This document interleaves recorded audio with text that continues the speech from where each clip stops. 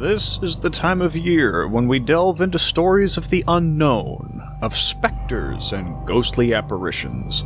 The rails have more than their fair share of ghostly tales. Railroading around the turn of the 20th century was dangerous and claimed many lives. I'm going to recall a tale of disaster on the high iron for you, and it happened on the very railroad we model.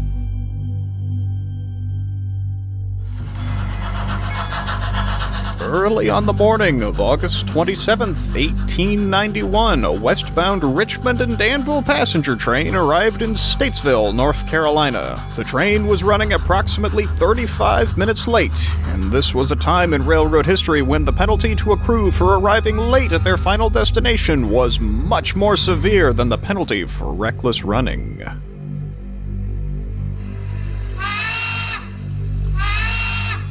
As soon as the conductor cleared the train out of town, the engineer opened the throttle all the way and took off out of Statesville like a shot.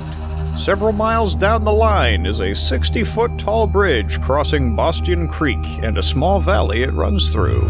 The train rocked onto the bridge, but a rail gave way and sent the train down into the creek below. Survivors of the crash made their way back to Statesville to report the wreck, and the town rallied to help. Ultimately, 22 people perished, and another 60 or so were injured. It was one of the worst rail disasters in the history of North Carolina at the time. It's been said that exactly 50 years later, on August 27, 1941, a couple was driving in the area of Bostian Bridge early in the morning when they suffered a flat tire. The husband told his wife to stay with the car while he walked back to a store for some help. While she was there, she saw a light and heard a train coming down the line towards the bridge. She watched in horror as this train derailed and plunged into the valley below. She heard a horrific crash and the screams of passengers on board the train. As soon as her husband returned with a man from a nearby general store, she told them about the crash, and the three ventured down to the bridge to see if they could render any assistance. But there was no train wreck there.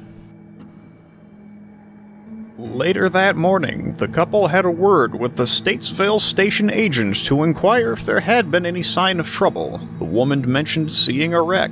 The station agent told her that particular morning was the 50th anniversary of the wreck at Bostian Bridge. She is said to have fainted on the spot. Other strange sightings have been reported at the bridge over the years. Ghostly figures of uniformed trainmen walking the bridge carrying lanterns and the like.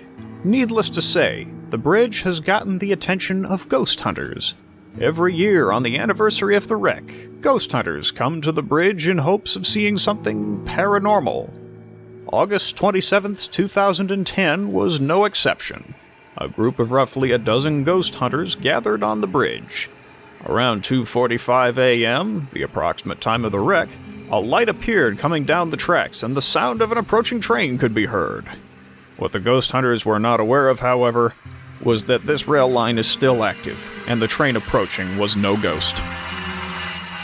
By the time the ghost hunters realized this, they had only seconds to act. Some barely had time to save themselves by jumping off of the bridge, and one didn't make it at all. Unlike many ghost stories we hear this time of year, this one is true. There really was a train wreck at Bostian Bridge in 1891. There have been many reports of strange events in the area of the bridge, and a ghost hunter actually perished when a real train was mistaken for a ghost. This ghost hunter now knows what's on the other side, but at what cost? The way I see it, there are two lessons to take away from this. First, stay off of railroad tracks even if you think they're inactive. Secondly, perhaps some mysteries are best left as such. All of us at the Northern Virginia Model Railroaders wish you a safe and happy Halloween.